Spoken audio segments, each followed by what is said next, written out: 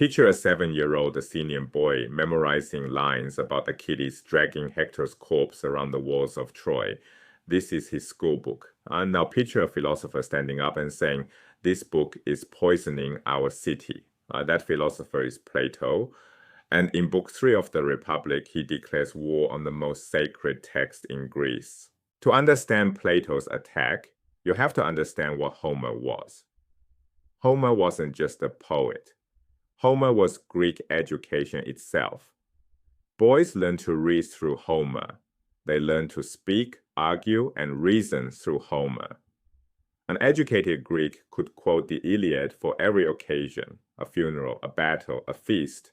Homer taught them what courage looked like, what honor demanded, what gods expected.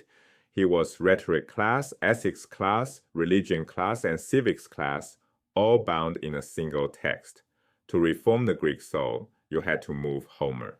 Plato's logic is tight. If education shapes the soul, and Homer is education, then Homer shapes the soul of Greece. And Plato looks at that soul and doesn't like what he sees.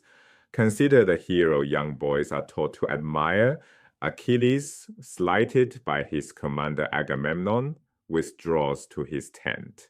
He sulks. He lets his own comrades die in battle rather than swallow his wounded pride. The Iliad opens with this scene and calls it the wrath of a great man. And Odysseus, the other great Homeric hero, is celebrated for cunning, cleverness praised even when it slides into deceit, lies, tricks, disguises, false oaths. The message young Greeks absorb: a real man's excellence is martial glory and sharp wits. Plato asks a sharper question. Is this the soul we want in our guardians, the warrior protectors of the city? A man who sulks when slighted, a man who lies when it serves him? If Homer is wrong, who is right? Plato offers a counter model, the Socratic hero. In the Apology, Socrates stands trial for his life and he explicitly compares himself to Achilles.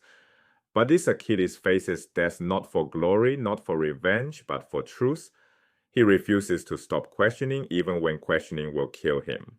This is a revaluation of values, inverting a culture's ranking of virtues. Courage no longer means standing in the phalanx. Courage means standing by an argument. The two heroes side by side. The Homeric hero, martial prowess, kleos, heroic glory, wrath, cunning, a beautiful death on the battlefield. The Socratic hero, knowledge, virtue, self-examination. Intellectual courage, a death for truth in the courtroom. Notice what Plato does and doesn't do. He doesn't abolish heroism, he reclaims it. The hero still risks everything, the hero still dies well. But what the hero dies for has completely changed, from the reputation the world grants you to the truth you refuse to betray. Plato institutionalizes this revaluation in the Republic's ideal city. 3 classes arranged as a pyramid. At the bottom, bronze, the producers, farmers, and craftsmen. In the middle, silver, the guardians, the warrior auxiliaries who defend the city. At the top, gold, the philosopher-rulers who govern by knowledge. Notice, the warrior class doesn't vanish. Martial virtue is preserved, but it's demoted. The silver class serves the gold. Strength answers to wisdom. The sword obeys the book. This is Plato's structural answer to Homer. But is censoring poetry defensible?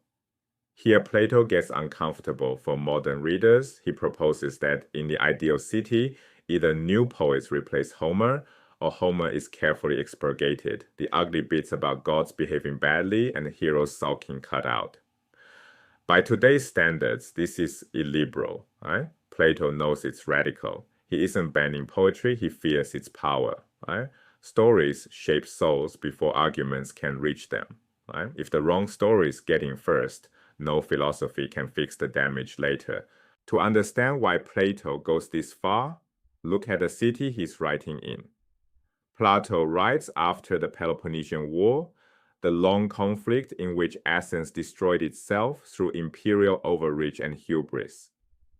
At its height, Athens ruled an empire, commanded a fleet, minted coins across the Aegean, Then, driven by pride, it attacked Sicily, lost everything, and in 404 BCE surrendered to Sparta. Walls torn down, harbor empty, democracy suspended. Plato watches this from inside the wreckage and asks a devastating question: what kind of soul produced this catastrophe? His answer: a soul fed on Homeric glory, a soul trained to pursue domination. If you want a different city, you need a different soul first. Order the soul, then the city. Self-mastery before any mastery of the world. Did Plato win? In one sense, no. Homer still stands.